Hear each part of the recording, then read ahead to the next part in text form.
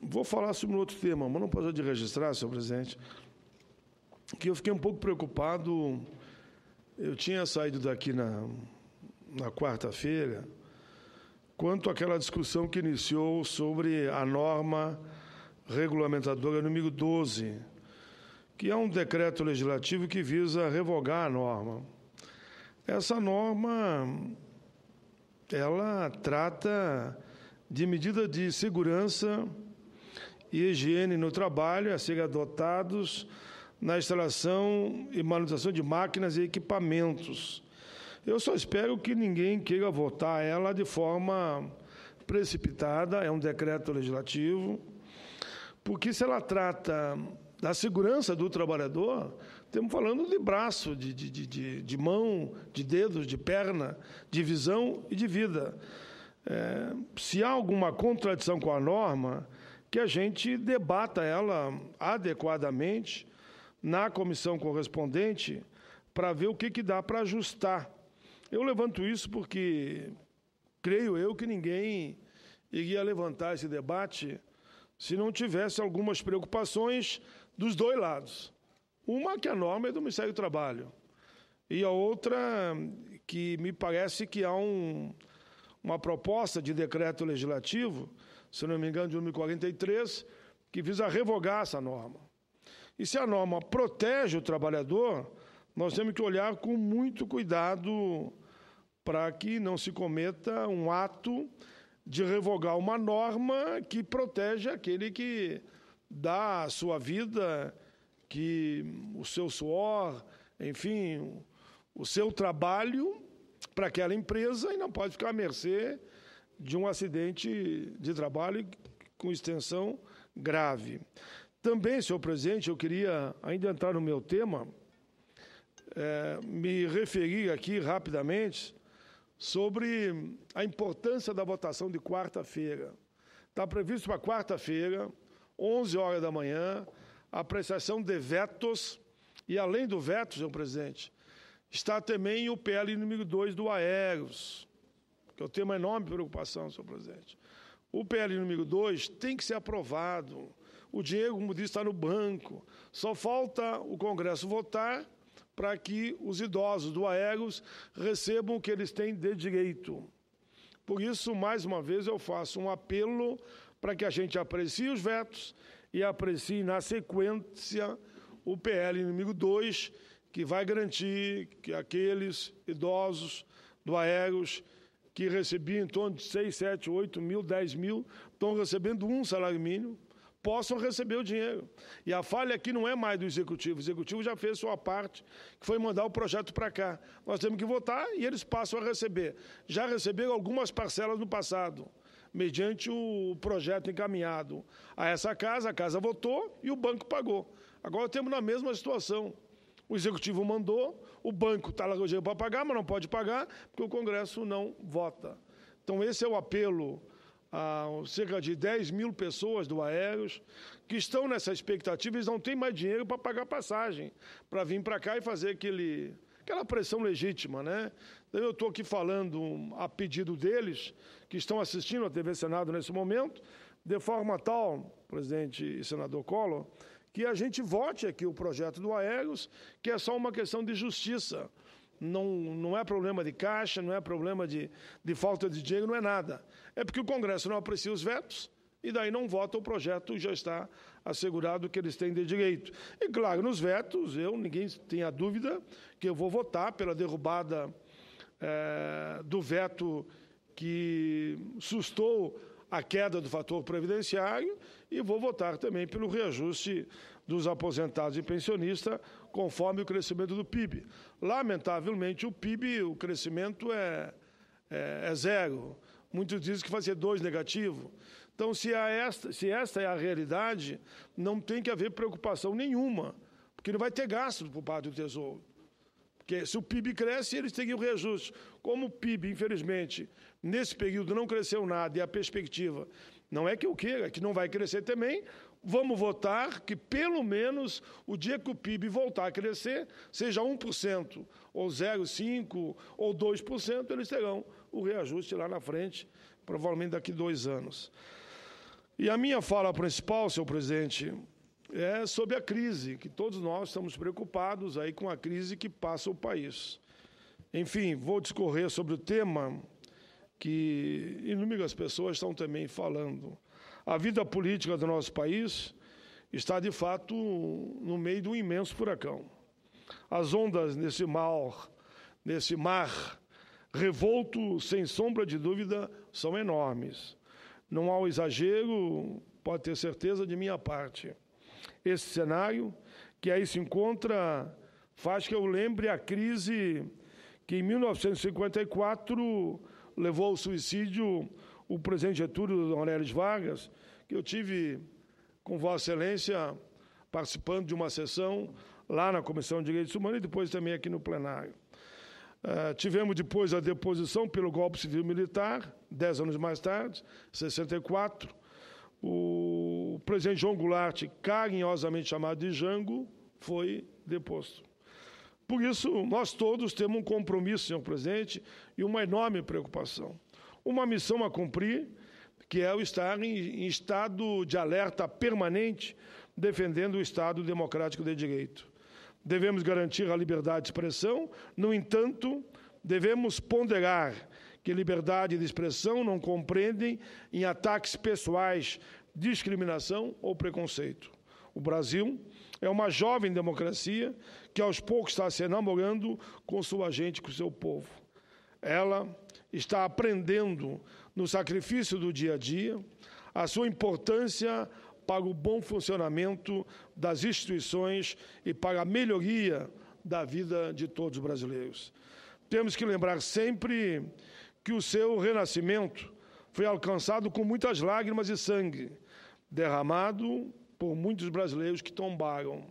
Portanto, a voz das ruas exige que o país avance, mas sempre fortalecendo a democracia. Este ir à frente a passos largos e firmes, lapidando a pedra da sabedoria e ajustando os seus ângulos, requer, primeiramente, a unidade de ação, a convergência de nossos sonhos, para aí sim, a partir dessa liga entre o povo e os seus representantes, traçar e abrir harmonicamente novos caminhos para o país e seguir o rumo do desenvolvimento econômico, social e político. Buscamos, de fato, senhor presidente, a pureza da justiça em todas as suas faces, a igualdade de oportunidades, direitos iguais e respeitos à diversidade cultural do nosso povo. Buscamos uma indústria nacional forte, a expansão do mercado interno, o desenvolvimento tecnológico, a redução da dívida pública. Um país que ofereça infraestrutura necessária para dar segurança aos investidores, que apoie as pequenas e médias empresas, que ofereça uma taxa de juros decente, porque essa que está aí é indecente, que estimule o mercado sem empobrecer a população. Um país que celebre a saúde e a educação não somente como dever do Estado, mas como, sim, um direito da população. É fundamental, senhor presidente, o maior voluntarismo por parte do Estado brasileiro. Embora o mercado seja extremamente importante, acredito que o Estado desempenha um papel estratégico, apoiando a realização de mudanças estruturais necessárias ao desenvolvimento sustentável, como, por exemplo, a criação e o incentivo ao surgimento de instituições financeiras capazes de canalizar recursos domésticos para os setores que geram taxas elevadas de crescimento, sempre respeitando o meio ambiente. Precisamos de um programa que valorize o homem do campo e o trabalhador da cidade, ofertando produção, emprego e renda. Igualmente, que respeite a oferta que respeite e oferte políticas públicas aos nossos jovens e que acaricie com justiça os direitos sagrados, como eu falava na abertura, dos aposentados e pensionistas. Temos que combater a sonegação de impostos e penalizar efetivamente corruptos e corruptores. Se não combate a sonegação, senhor presidente, quem paga, paga muito. E quem não paga, porque rouba, não paga nada, porque vai para a linha da sonegação. Segundo o Sindicato Nacional dos Procuradores da Fazenda Nacional, Sindofaz, a sonegação no Brasil é 20 vezes maior que o valor gasto com o programa Bolsa Família, o maior programa de distribuição de renda do mundo. A sonegação de imposto retira 1/4 de tudo aquilo que o brasileiro paga todos os anos para os governos. É uma cifra que ultrapassa a casa de 415 bilhões de reais, segundo o sindicato. A sonegação atrapalha de forma considerável qualquer proposta de redução de impostos. Caso ela fosse eliminada, a sonegação, ou fortemente diminuída, poderíamos reduzir em 28,4% os impostos pagos pelo nosso povo. Entendo que o combate à sonegação e à corrupção é uma decisão política. Não podemos nos opor à globalização, mas a inserção internacional do Brasil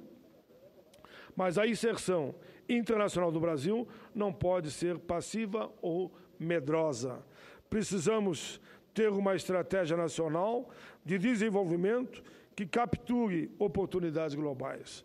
É importante que o governo assegure estabilidade financeira, inflação baixa e sob controle, e volto a insistir, a expansão do mercado interno, gerando oportunidade de investimento e atraindo empreendedores privados. Isso, senhor presidente, exige uma estrutura orçamentária menos amarrada que a atual. Não aceitamos que todo e qualquer investimento público ou de empresa estatal seja tratado como um déficit público, como acontece na atual estrutura orçamentária brasileira. Exemplo clássico é a questão da Seguridade Social, em que os números são manipulados vergonhosamente. Todos os governos dizem que a Previdência está falida. Não está falida, é um grande engano e uma grande inverdade. Conforme estudos da Anfip, Associação de Auditores Fiscais da Receita Federal, não há déficit, e sim superávit. Vejamos, superávit em 2006, 59,9 bi. 2007, 72,6 bi. 2008, 64,3 bi. 2009, 32,7 bi. 2010, 53,8 bi. 2011, 75,7 bi, 2012, 82,6 bi, 2013, 76,6 bi e 2014, apesar da desonegação da folha, ainda deu 54 bi de superávit. Precisamos, senhor presidente, ter uma atenção especial com a valorização da taxa de câmbio. É preciso colocar o pé no freio, claro que é. Uma moeda valorizada diminui a competitividade das empresas nacionais no mercado internacional, desestimula os investimentos das empresas estrangeiras no país. O crescimento econômico deveria ser financiado primordialmente com poupança interna, inclusive mediante a utilização de instituições financeiras públicas, como o Banco do Brasil e o BNDES. Fazer mais que está sendo feito hoje. Precisamos ir além, senhor presidente, de políticas distributivas. Queremos desenvolvimentismo com um projeto que harmonize os interesses públicos e a iniciativa privada.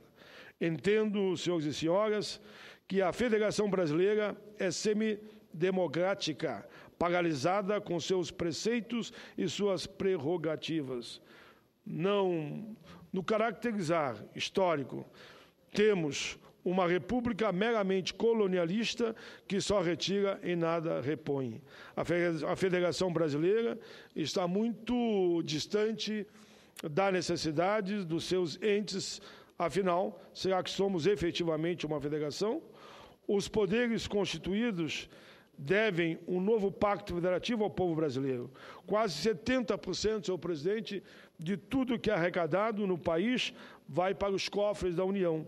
É vexatório o beijamão de governadores, prefeitos, senadores, deputados e vereadores nos palácios de Brasília.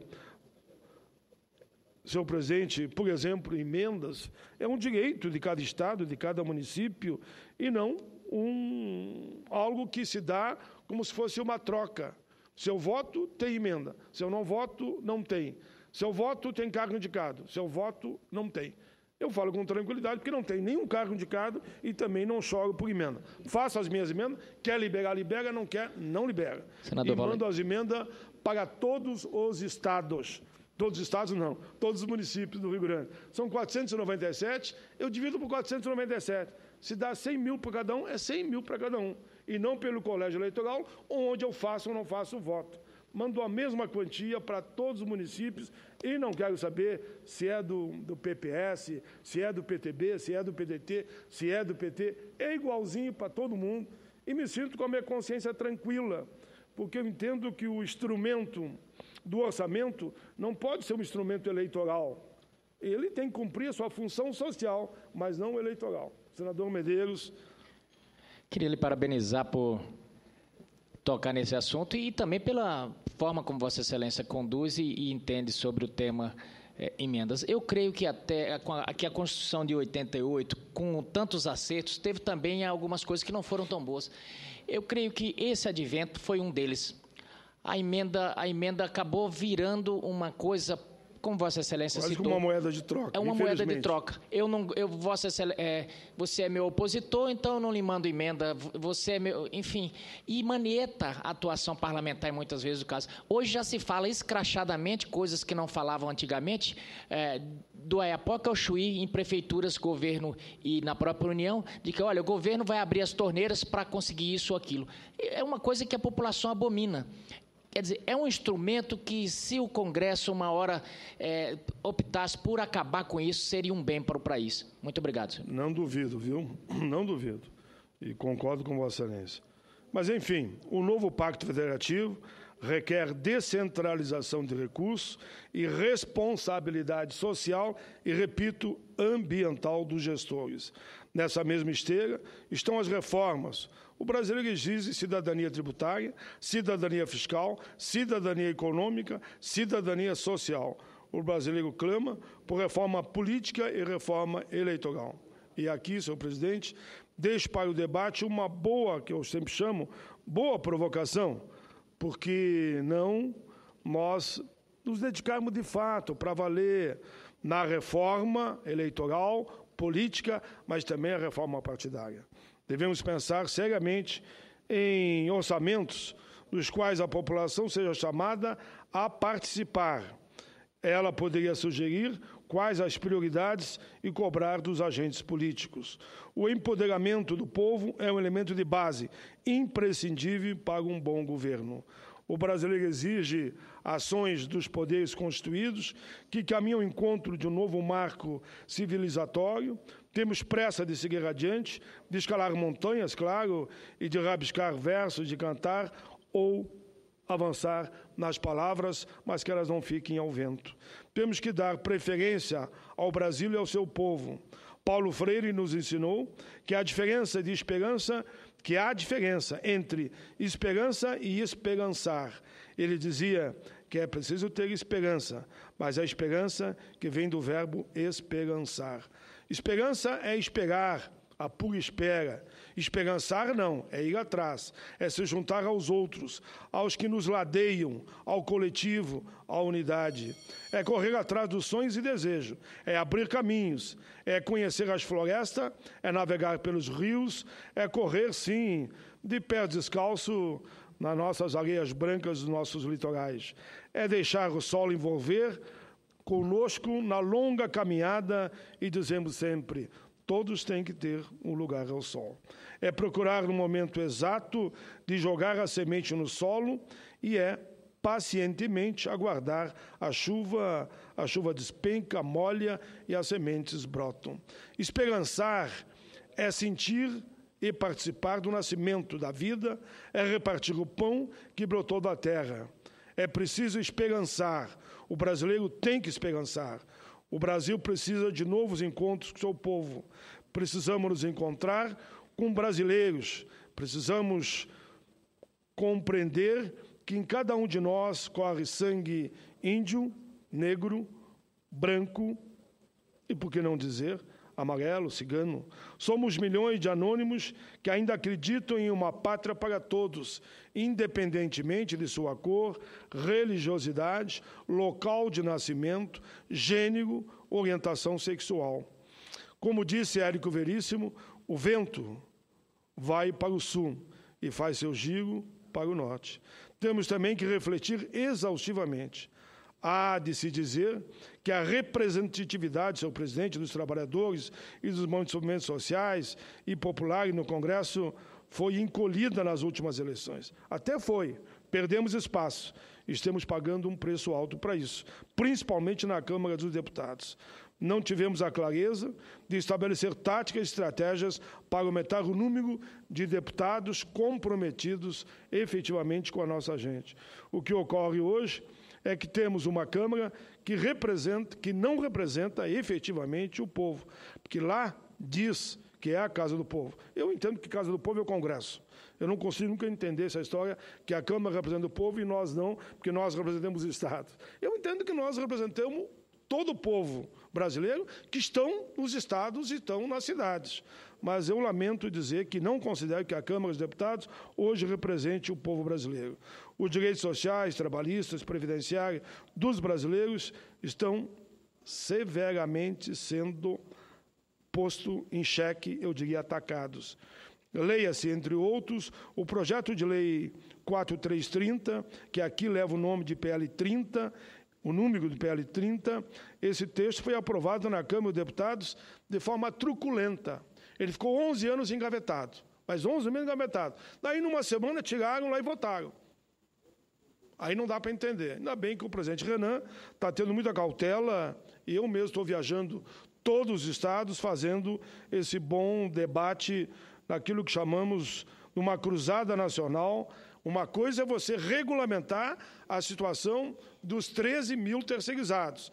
Outra coisa é você querer dizer que agora não tem mais atividade fim ou atividade meio e terceiriza tudo.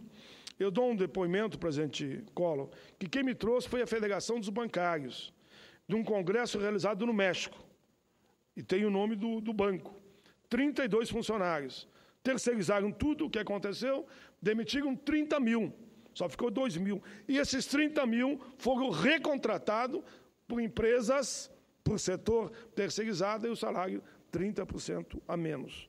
Isso mostra a preocupação que nós todos temos que ter com essa questão dos terceirizados.